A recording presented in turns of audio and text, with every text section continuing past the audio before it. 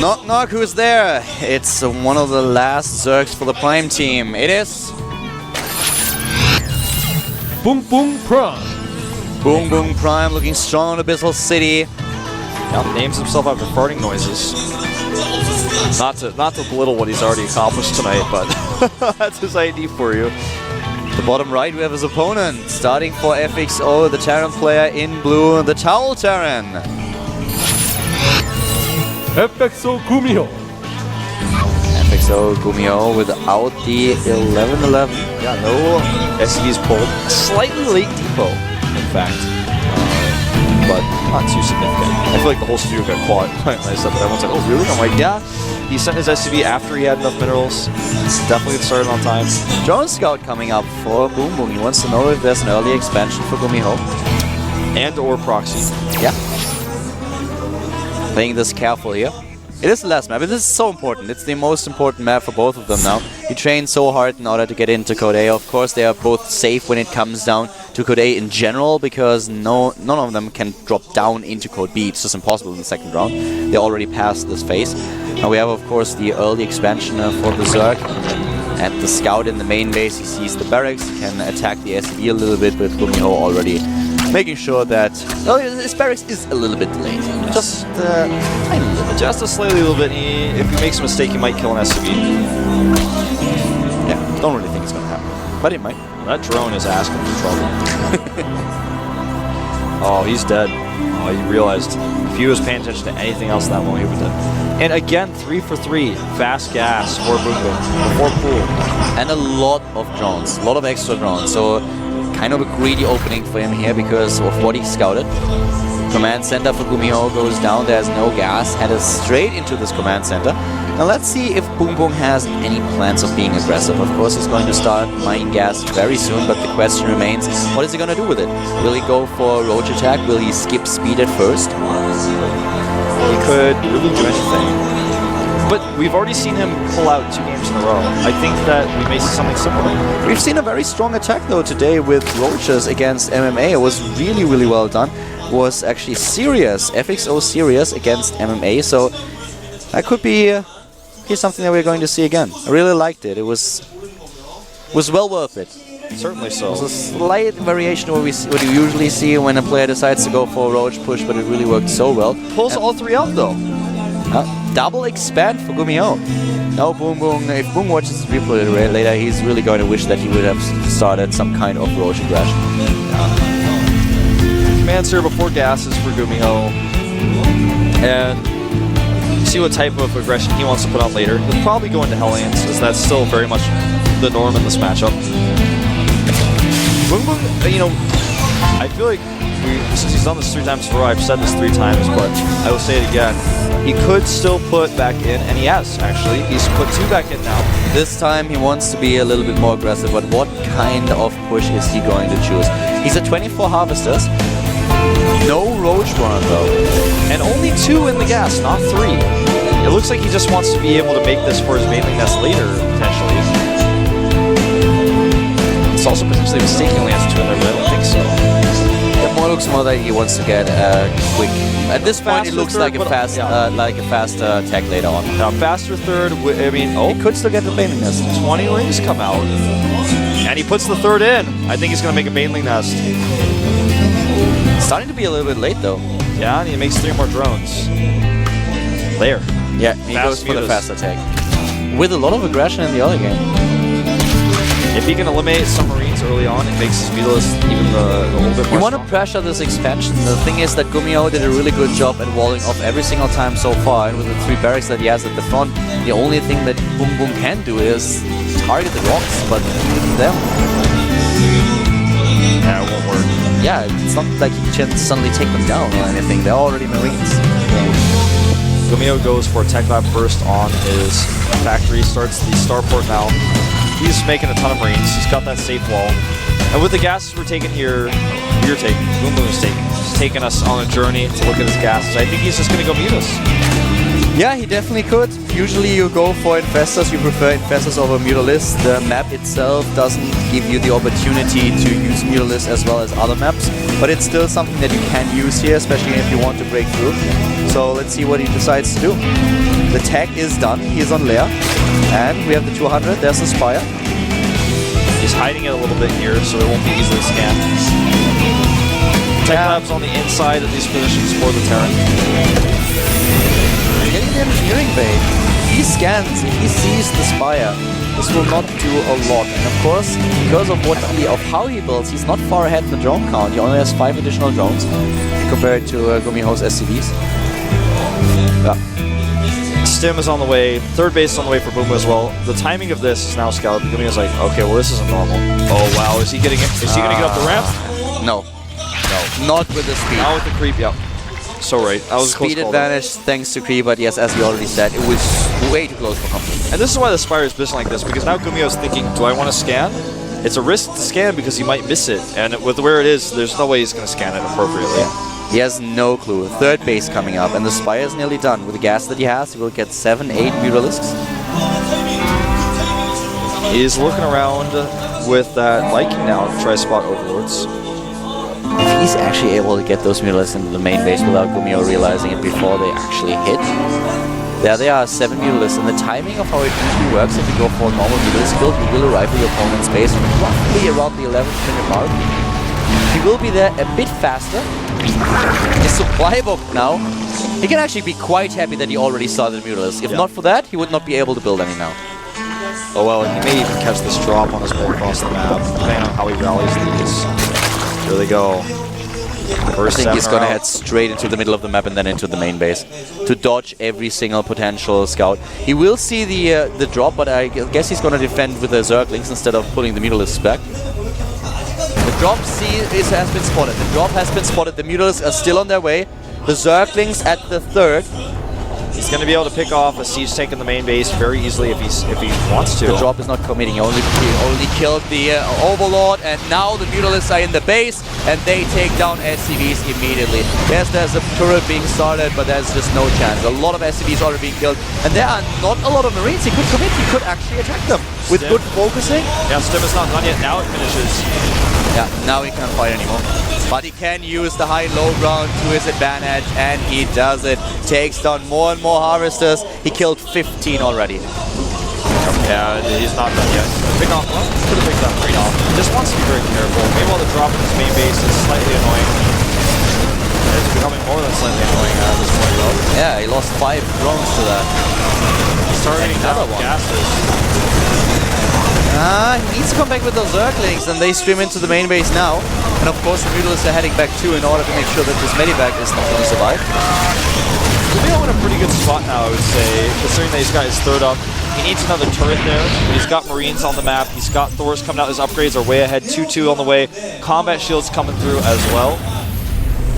Yeah, the upgrades are pretty decent for him. He lost a lot of Harvesters, but with the third base, he is more than able to compensate for it. BBoongBBoong is getting a 4th. He's playing that Ling-heavy style, which is going to make it pretty easy for him to defend that 4th. If GuMiho tries to fly there, he will lose his drop potentially to Muse. If he tries to walk there's enough links that he can just save it very easily. These siege tanks are really important for GuMiho now. If the siege tanks are there, it's hard to engage with banelings, and you want to have the Thor out to babysit the siege tanks. Marines alone are oftentimes not enough. A nice defense here. He has units everywhere. He knows, BBoongBBoong that is, that if he starts to commit, one stim can end the life of his Mutalisks. And 14 drones on the way, by the way. That's going to put him up to 72. He knows that right now GuMiho cannot really move out against this force. So he's just falling into a macro mode. Tries to get the better economy and always pokes with the Mutalisks everywhere. Nice pick off here. Pick off here is so huge. Yes, really well done. Sees Marines, moves back, and a medivac. Wow, nice. Yes, maybe. It's Christmas, and there's a donation. Not quite. That's like when you find the Christmas present that your parents have in the closet, and you know you can't have it, but you will have it later. That's what that medevac was. Another Thor being added, making just having 2 Thors in your army against a fairly heavy Mutalisk composition can really help you. With the Carapace upgrade he's got for Muse, it's going to help later on with the Greater Spire tech as well, if he decides to go for that. And it just helps him so much against the Thors. So if he starts to manage blocks, or if he takes a few hits, that will be fine. Armor upgrade number 1 is done. Oh wow, oh my god, that was a mistake. If he magic box as well, this... Okay, that's I think he should really have committed here. Losing one Mutalisk against a Thor, or even two Mutalisks against a Thor, that's so worth it. That was really interesting what we just saw. GuMiho is ballsy, man. Yes, he definitely is, but he should have lost the Thor. I cannot believe that, well, BBoongBBoong apparently thought that he could take it down and didn't commit. But maybe BBoongBBoong was like, well, there's no reason for him to do this, so I better not attack. Maybe there's something I don't know about. A really nice split so far for GuMiho. He's starting to push his way across the map. This time he's got a more aggressive move out than he did last game. He's ahead in army supply, and he's already started working on some of these banelings. Yeah, but there are a lot of side blockers, and we have the first Infestors out with enough energy for Fungal. The Hive Tech is also done. This is getting very scary for GuMiho. There's a great economy for his opponent. Uh-oh, this is a scary moment for BBoongBBoong. He was going to try to commit here. There's so many tanks and bunkers, and the Marines are split. Oh my god, that was a great trade for GuMiho, but the Vivos are still here a little bit longer. That was a horrible engagement by BBoongBBoong. All the Banelings rolled into a Thor. They didn't do enough damage. The Mutalisks were being attacked by the remaining Marines. Took way too many hits. He kills a few SCVs, but in the end, this was not worth it. That's not what you want. You may try to get these turrets, or rather the engineering base at the base, just damaging them a little bit, but the Marines come through.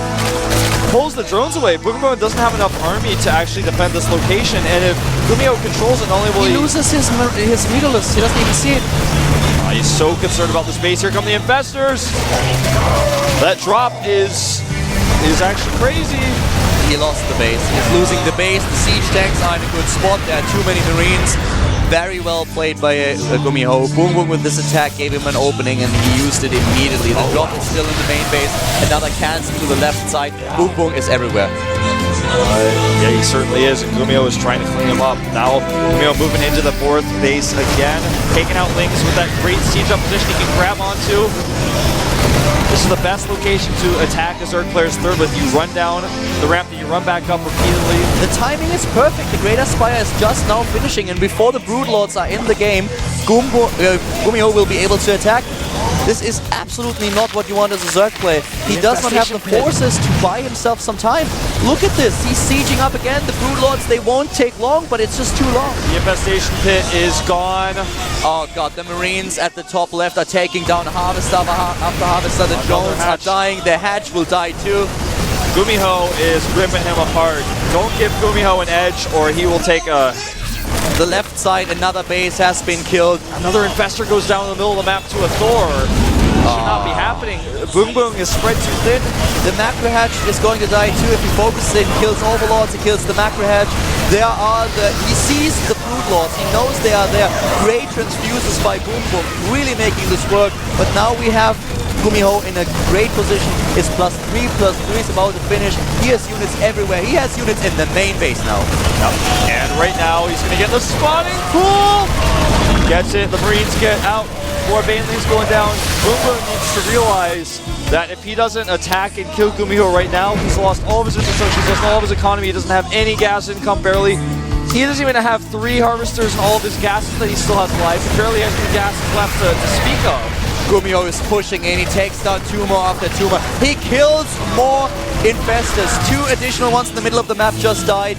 And it is an amazing push by GuMiho. He has units to the top right that still take down Overlords. Make sure there is no third base. The natural is being a little bit faked out by this one medivac, and he brings the rest of his units to safety. Really nice calls here by GuMiho, who now approaches Remax. He's got the Vikings in production. BBoongBBoong, he can't afford to make Broodlords. He's making a few more Corruptors, but he's got 7 Broodlords on the map, but he won't make any more. The last 3 minutes were an endless barrage of attacks by GuMiho. He was delivering punch after punch, and BBoongBBoong trying to defend, desperate to make it work, but he was not able to pull it off. This drop is being shut down before it does too much damage. It will drop a few Marines, there they are, but the Zerglings will take it down fast. But the main force in the middle of the map, after the 4th base was being set up, and now once again we have the Ghost Academy. He wants to go for EMPs against the Infestors, for nukes. In the middle of the map, he is still pushing in. Look how far he was able to force the creep back. One thing to note though, is in all of this, everything we we just talked about. There's no I mean, he just took his fourth. There's no gas there.